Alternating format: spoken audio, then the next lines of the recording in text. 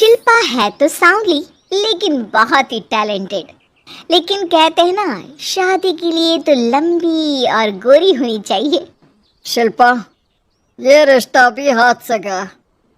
अरे कितनी बार कहा वो गोरी होने वाली क्रीम लगाया कर, लेकिन नहीं, किताब से सर खपाने से फुर्सत मिले तब ना। तू ही क्यों नहीं इसके लिए उपटन तैयार कर देती? शर्मा जी की बेटी का कम रेट में कितना अच्छा रिश्ता हुआ है। इसकी तो उम्र के साथ ही लड़के वालों की डिमांड भी बढ़ी जा रही है।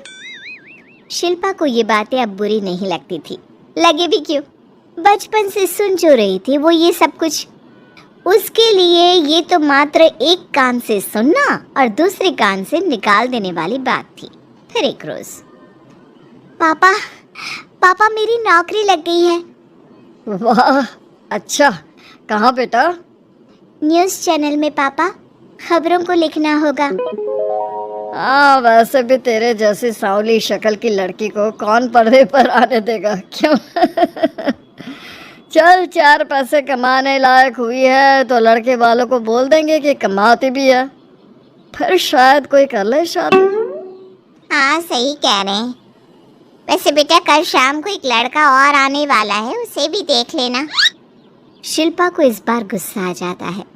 अच्छे न्यूज़ चैनल में नौकरी लगने की खुशी भी माँ पापा के चेहरे पर नहीं दिखती। अगले रोज ऑफिस से शिल्पा घर आती है तो सामने बैठा होता है हिमांशु। हिमांशु शिल्पा को देखता है तो पहली नज़र में तो वो उसे पसंद नहीं आती, लेकिन फिर भी फॉर्मेलिटी तो करनी थी। हाँ, ओके, तो क्या शौक है तुम्हारे और खाने में क्या क्या बना लेती हो? मुझे पढ़ने लिखने का शौक है, खाना बनाना नहीं आता, बिल्कुल भी नहीं आता।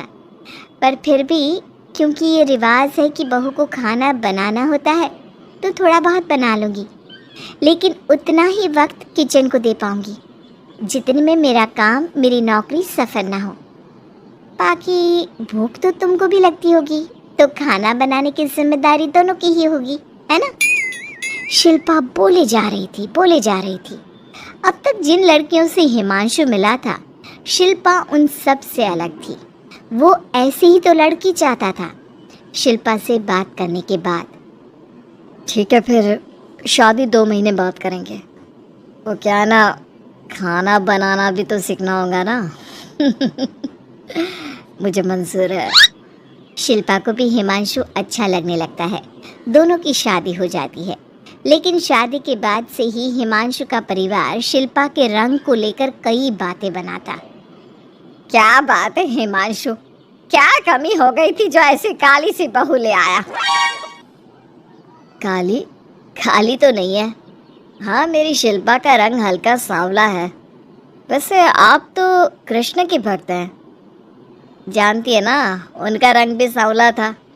अब सांवले रंग के कृष्ण की पूजा, तो सांवली मेरी बीवी खराब कैसे? बात तो सही भी थी। क्यों सांवला रंग खराब माना जाता है? शिल्पा पति का तर्क सुन रही थी। थोड़ी देर के बाद, क्या बात है, शब्दों का जादू आ गया।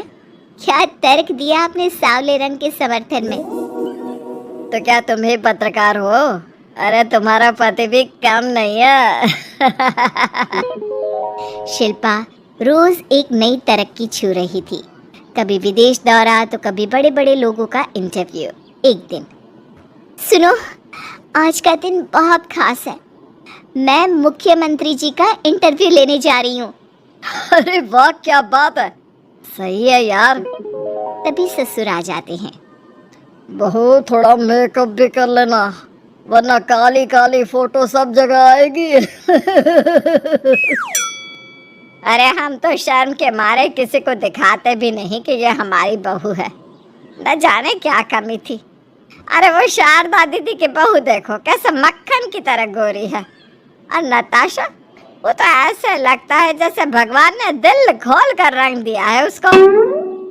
अरे माँ, आजकल रंग नहीं बुद्धि का जमाना है। हाँ, तो वो दोनों कहाँ पागल है, अच्छा खासा घर देख रही है। शिल्पा को ससुर की बात पर गुस्सा तो आता है, लेकिन वो मूड खराब नहीं करना चाहती। वो तो बस तैयारी करती है कि जल्दी से अच्छा सा मुख्यमंत्री का इंटरव्यू हो जाए और दुनिया देखे। होता भी यही है। शिल्पा जब शाम को घर आती है तो, अरे चाची, बुआ, फूफा जी, कैसे हैं आप सब? कैसे आना हुआ? शिल्पा को आसपास के लोग भी देख रहे थे। वो भी जानती थी कि उसने जो इंटरव्यू किया वो कितना वायरल हो रहा है। अरे बहू, बड़ी लायक हो तुम। औरत होकर दुनिया की इतनी जानकारी, कितनी समझ है तुम्हारे अंदर। वाह वाह बहू, तुमने तो हम सबका सीना गर्व से चौड़ा कर दिया। सास ये सब देखकर सोच रही थी कि भाई ऐसा भी क्या हो गया, इन्होंने तो बहू को हीरो बना रखा है। मैंने तो शिल्पा को उसी दिन समझ लिया था जब पहली बार मिला था। मैं तो जान गया था कि ये लड़की अलग है। कितनी प्यारी आवाज़ है इसकी और समझ भी लाजवाब। तभी बुआ सास बोल पड़ती है, और एक हमारी बहू है, सारा दिन टिकली बिंदी पर ही लगी रहती है। अरे दीदी, न जाने कौन कौन सी क्रीम लगाती है, अब तो चेहरे पर फोड़े भी निकल गए। कितनी बार कहा कुछ पढ़ाई आगे करके दुनिया में नाम कमाओ, लेकिन नहीं, बस सारा दिन शीशे के सामने खड़ी रहेगी। कोई बात नहीं फूफा जी, वो भी किसी की पसंद हो सकती है। हम लोगों का क्या, एक काम अच्छा कर दिया तो पूछ लिए गए, नहीं तो जमाना तो गोरी सूरत की ही तारीफ करता है। क्यों माँ जी? हाँ हाँ, वो क्या है ना, मैं जरा पानी लेकर आती हूँ, तू बैठ बहू। हाँ हाँ बहू, तू तो बैठ। वो क्या है ना, आज तो तुझसे बहुत सारी बातें करनी है। ये बता, कैसे दिखते हैं मुख्यमंत्री जी सामने से? जैसे टीवी में दिखते हैं वैसे ही दिखते हैं क्या?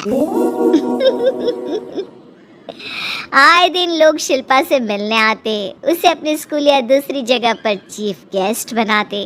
ये सब देखकर पति तो खुश होता, लेकिन सुंदर बहू का सपना सास की आंख से उतर ही नहीं रहा था। फिर एक रोज, शिल्पा, पापा कहाँ है? माँ जमीन पर गिरी पड़ी है, वो बेहोश हो गई है। शिल्पा की सास को गंभीर बीमारी हो जाती है। और फिर, आप लोग अपनी माँ की किसी बात को मना ना करना, उनका दिल कमज़ोर हो चुका है। दिल में कोई बात लगेगी तो उनके हार्ट अटैक आने के चांसेस हैं, तो समझ रहे हैं ना। कुछ दिनों में ठीक होकर सास घर आ जाती है। और फिर एक दिन, देख बेटा, मैं मरने से पहले एक सुंदर बहू का चेहरा देखना चाहती हूँ। अरे मैं नहीं चाहती कि तू इस काली कलूटी के साथ रहे, छोड़ दे इसे। अरे कल को तेरे बच्चे भी ऐसे काले पीले पैदा होंगे और फिर हमारा खानदान देखने लायक नहीं होगा। शिल्पा सुन रही थी, वो परेशान हो रही थी। वो सोचती है कि एक बार वो अपने पति से बात करके देखेगी। सुनिए ना, मुझे आपसे बात करनी है। मुझे भी शिल्पा, मैं माँ के बिना नहीं रह पाऊंगा, तुम समझ रही हो ना। शिल्पा को दुख होता है, लेकिन वो क्या करती। वो हिमांशु को तलाक देने का सोच लेती है। और फिर, शिल्पा माँ की हालत फिर खराब हो रही है, क्या करूँ? माँ को सबसे बड़े अस्पताल में भर्ती करना होगा। लेकिन वहाँ तो बेड के लिए बड़ी बड़ी सिफारिश करनी पड़ती है। हाय रे, मेरा मन आता है, मैं मर न जाऊं, मुझे बचा ले बहू। शिल्पा को हैरानी होती है कि वो करे तो क्या करे। पर माँ जी, मैं कैसे? बेटा, मुख्यमंत्री जी से बात कर ले, उनसे बड़ी सिफारिश किसकी हो सकती है? तू बोलेगी तो शायद तेरी सास की जिंदगी बच जाएगी। शिल्पा सिफारिश से सास को बड़े अस्पताल में भर्ती करवा देती है, जहाँ लंबे समय बाद सास ठीक होती है। लेकिन इस बीच एक दिन भी शिल्पा उन्हें देखने नहीं जाती। सास जब घर आती है तो एक सुंदर सी लड़की उनका स्वागत करती है। ये कौन है और शिल्पा कहाँ है? मुझे तो मेरी बहू ही चाहिए। माँ, कैसी बात कर रही हो? तुमने कहा था ना कि शिल्पा काली है और तुम्हें काली बहू नहीं चाहिए। ये रीना है, तुम्हारी बहू। नहीं नहीं, मुझे माफ़ कर दो, मुझे तो मेरी शिल्पा बहू ही चाहिए। उसी के कारण आज मेरी जान बची है। मैं नहीं समझ पाई कि सुंदर शक्ल से ज्यादा सुंदर दिल और आचरण होना चाहिए। लेकिन अब क्या, अब तो देर हो चुकी थी।